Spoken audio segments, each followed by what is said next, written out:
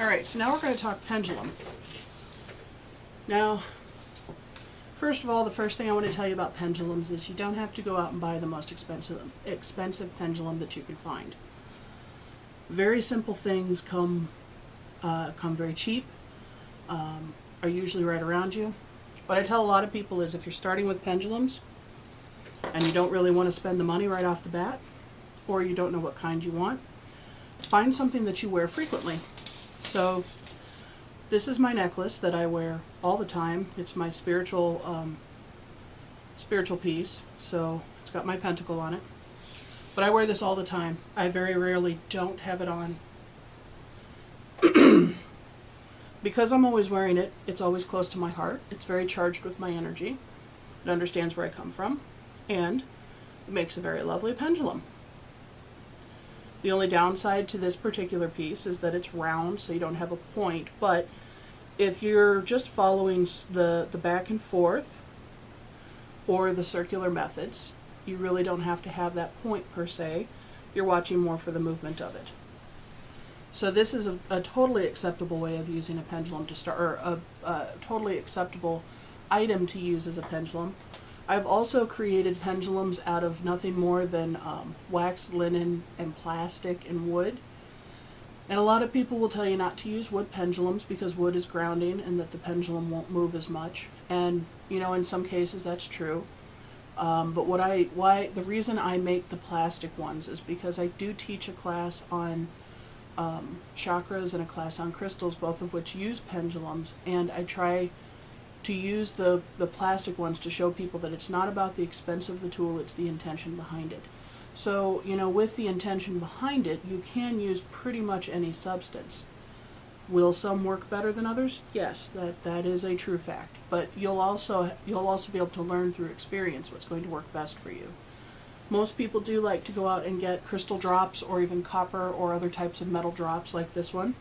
This is one of my favorites. This is a carnelian one. I also have a hematite one. I have a tiger's eye one. I have a quartz crystal one. And then, of course, like I said, I can use my necklace.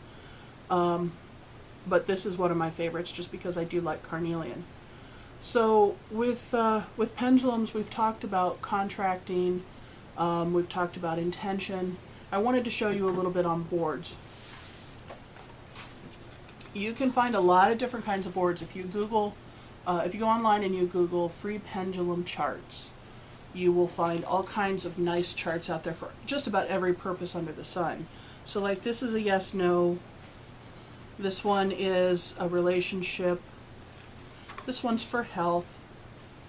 This one is an alphabet chart. This one you would use, remember when we talked about Ouija earlier, how sometimes you can use letter charts in other ways? Well, this is a way that you can use a letter chart that would be similar to the Ouija board, but you're doing it with a pendulum, so you're kind of approaching it with a different attitude already and a different subconscious mindset. Here's a 100 chart, and the 100 chart is about the strength of a decision. How strong or how positive is that decision going to be? There's the same thing with the 0 through 9 chart. And then they also make just blank charts like this, where you can kind of fill in what you need to fill in on your own. Okay? So what we're going to do is we're going to go back up to... Okay, and I'll show you this here too quick. For example, on this relationship chart, you'll see that there are 3 areas. There's this one here that says short, medium, long. You'll have this one that's emotional, mental, physical, spiritual, and then you have the numbers up here. Okay, so the way this chart would work is, first of all, it'll give you an idea of how long the relationship that you're discussing can be expected.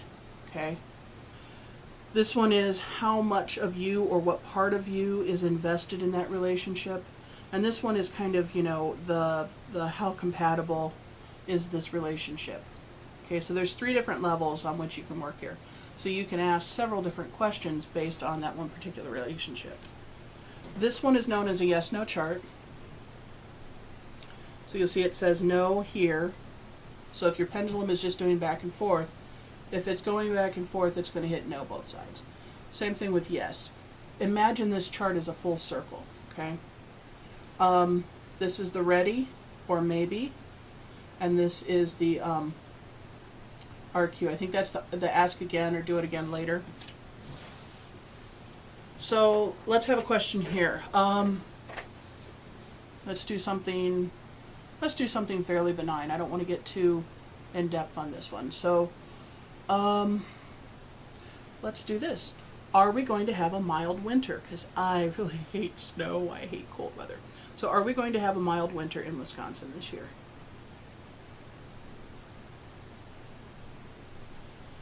And you can see the pendulum is going back and forth and telling me no. I'm not real super thrilled about that. Will there be a lot of snow?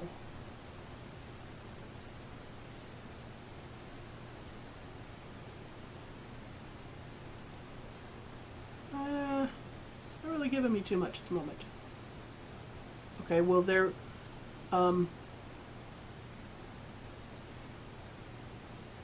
will the cold be below average? It says yes. So it's coming at you. Okay. Will there be above average snow?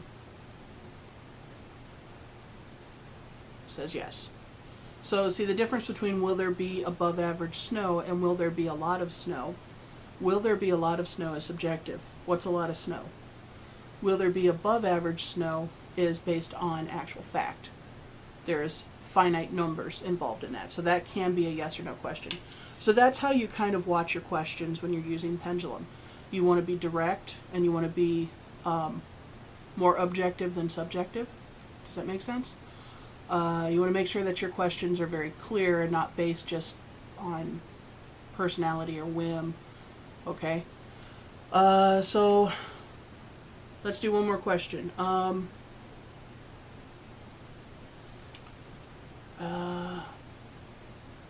Will winter start earlier in the year this year than last year? We got maybe, might, not really sure yet. So then you always want to say, before you put it away, you always want to say thank you. And it's moving to the yes, so thank you. And that's basic pendulum work. Now if you want to do more in-depth pendulums, if you want to learn more about pendulums, we do have a class. Kelly Small teaches several pendulum classes through Love and Light as well. So make sure that you go and you check that out and you see what all she's got to teach, because she's pretty phenomenal with pendulums. That's nothing. Check out her classes too. So I hope that helps you out some. Thanks.